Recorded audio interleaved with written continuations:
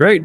Welcome to Digital Asset News. My name is Rob, and today, just like the thumbnail and title suggests, we're going to take a look at just what happens in the bear market as far as building. And I know that on this channel, I've been quite bearish with good reason, but I want to just take you down that path, which is the bear market is when everything gets built, and it's all when all the good things happen. So we're going to go down a little bit of a road. First thing we'll talk about is Bitcoin wallets are at an all-time high as people are accumulating. That's good. We'll talk about Blackrock and KRAKEN. Then we'll take a look at a story about Global Electronics, LG, partnering up with Hedera and their NFT marketplace. And lastly, we'll talk about a great video from fellow YouTuber Max MAHER. He's talked about Cardano. And then we'll do a quick Q&A. So first things first, today, happy Labor Day. It's Monday. And today I thought I'd just do a quick video because I've been off for quite a while in New York, but a quick video just to talk about what exactly is going on. And I know that things seem kind of rough right now because we're in the bear market and everybody wants everything to go up in the bull market and things like that. But just remember, it's a natural cycle. And I sent this tweet out a couple of days ago, and I said, hey, in the back of everyone's minds is the same thought.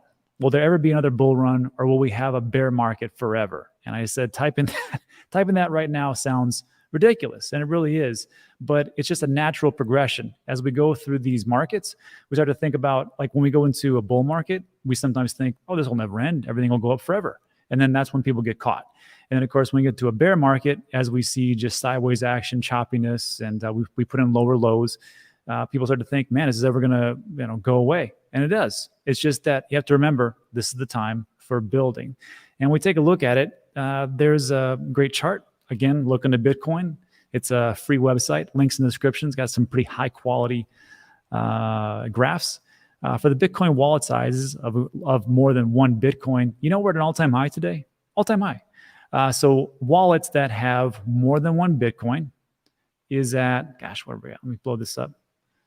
We're looking at addresses almost a million. Hey, look at that. 900,450. And why does that happen? Well, it happens because when we take a look at this and we can say that, hey, this is the time to accumulate. Now, this is not financial advice, not a financial advisor, but it's a lot easier to accumulate when Bitcoin price is 20,000 or whatever the heck it is today, as opposed to 67,000 or 65,000 or 60,000, whatever.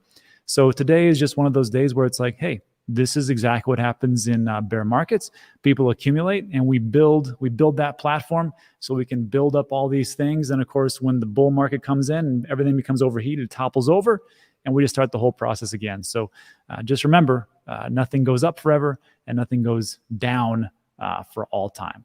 And then if we take a look at another story, Blackrock and KRAKEN. Again, the theme I want to focus on is building. And it's a little story, but I thought it was interesting about how Blackrock is to use the KRAKEN subsidiary for a crypto offering. So this is what's happening.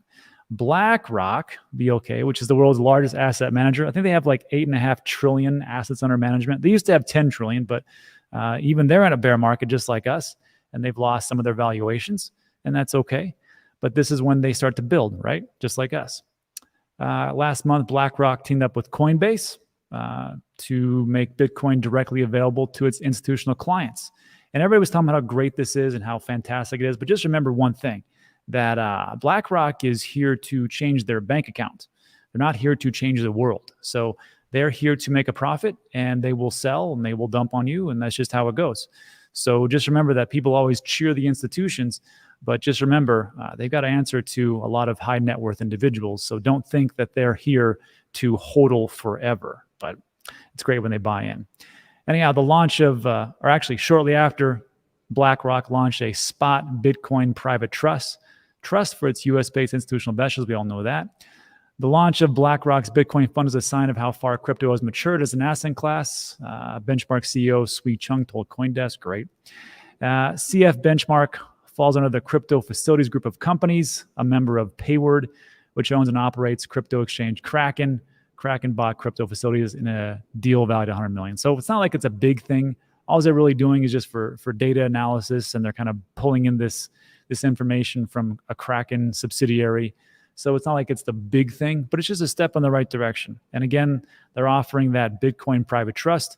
My question is how many institutional investors are really piling into that right now, as I think that it's a pretty risky asset. But again, this is the time when big money, smart money, whatever you want to call them, is when they start to accumulate. So let me know what you think about that in the comments section.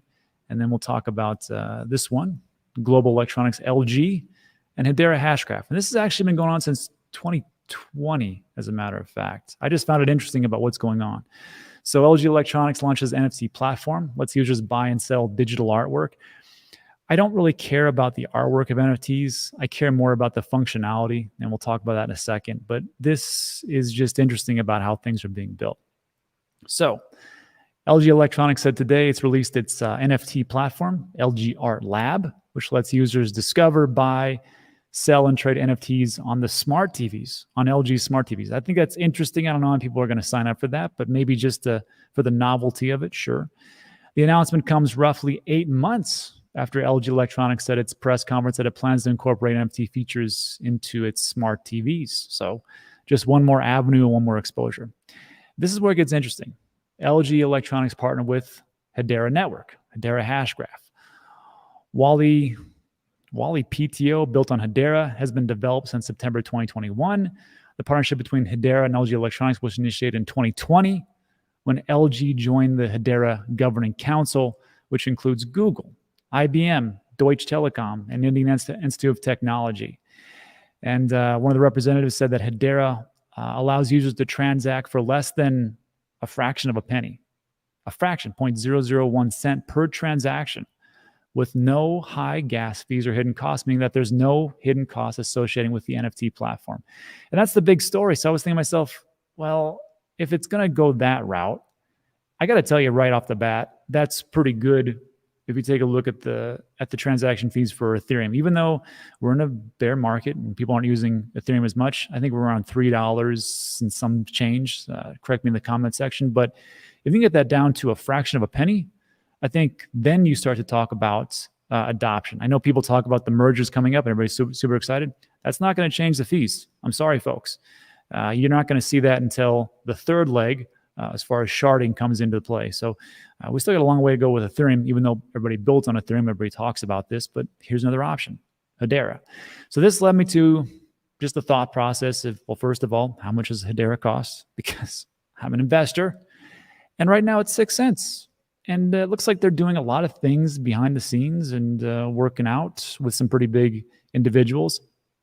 So I'm like, well, if it's 6 cents now, what was its all-time high? Well, its all-time high was about 48 cents or so, 48 cents. And that was in, the big bull run, September 2021.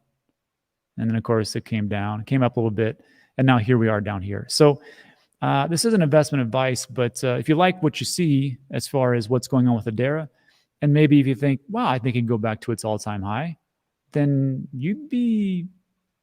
I can't give you advice, but I mean, 6 cents to 48, almost 50 cents, that's not a bad play if you wanted to dollar cost average get into it. And then when it came down to NFTs, I'm not a big believer in artwork of NFTs. I'm just not. However, there's this great graphic I've been showing a couple of days now, and it just goes over what NFTs could potentially be in Web3. And of course, we talk about identity and tickets and passes, artwork I don't really care about. Pictures, property, intellectual property, real estate, voting records, medical records, crowdfunding, financial NFTs. And there's one here. I mean, medical records and memberships for digital access is cool. Legal documents, degrees. But this one right here, emails and messages. I was like, who the heck is going to use NFTs for emails and messages? And then there was this tweet from Sam Bankman-Fried. Someone was complaining about they were being their own email server and they couldn't do it because it's just dominated by the Googles and the big corporations. And they just stopped doing it. So Sam said here, well, honest question here, is the answer to make it so that you can pay a penny to guarantee that your email makes it and isn't considered spam? Would that solve the spam versus self-hosted server problem? I thought about this because I don't know about you, but I have a lot of spam in my email. And there's a lot of different issues with hacking and phishing and those types of things. And it's because email is free to send. And Sam really breaks it down. He's like, well, what if you could just send it for a penny? I'm like, yeah, that's pretty good. That's actually a real world utility, right? If you could use it as an NFT on Web3 devices, I would sign up for that. But there's a caveat here. And I said, hey, I would vote yes for that. I would pay a penny for every email I send for my personal account if it was a penny. I don't think it's going to happen on Ethereum, but maybe on Hedera for a fraction of a penny. And I said, for a business that has over 40,000 members at Dan Teaches Crypto, a mass email would cost me $400 to send out every time to update people when there's a new video available. And of course, that's not going to fly with me. So the cost would have to be much less than a penny. And of course, where would that happen? Well, Hedera sounds pretty good for that. And then just so you know, well, how much, Rob, do you pay to send out emails? Well, I use this place called Aweber.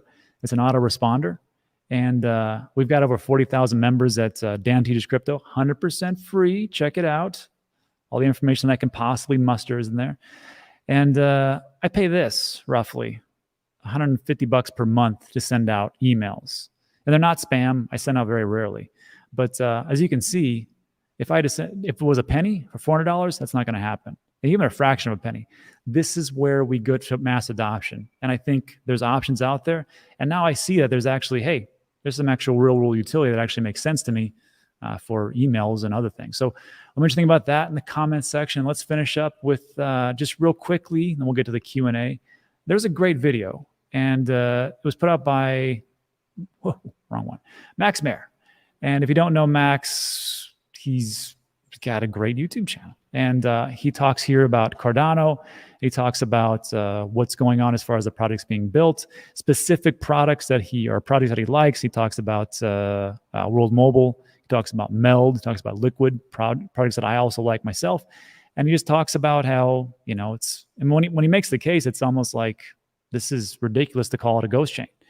And I just have to tip of the hat to Max for putting that out, because it's hard being out here getting attacked by everybody when I say, hey, Cardano looks like a pretty good project. And I don't see how people can call it a ghost chain. And just watch that video. The link's in the description below. And then also, if you want to find out, what I talk about as far as like the ghost chain, there's a link also in the description where I talk about Cardano and the ghost chain. Here's the ecosystem in 2020, 2021, November 2021, and then April 2022. And there's so many I can't even put it on there. And this is a little bit older as far as relation to Max. And then we just go over all the things that talks about transactions per second and adjusted transactions, all those things. So it's just good to see other people talking positively about a project that I invest into. And if you hate Cardano or love Cardano, I recommend that you check out the video, because maybe it'll change your mind on some things. Maybe if you love it, you're like, wow, this really does suck. Maybe if you hate it, you're like, maybe I should take a look at it. Like Hedera, I never really thought much about it until I read that article, and that's what it's all about. So that's it for today. That takes care of the news, and that's all. I got to go do, I got a barbecue to go to, so I'm pretty happy. I love food, so I'm pretty jazzed about that. Then we'll play a little volleyball after that, and actually before that. So let's do a quick Q&A and get into it. If you got to take off, get out of here. It's Monday. It's Labor Day here in the States, so go do what you got to do.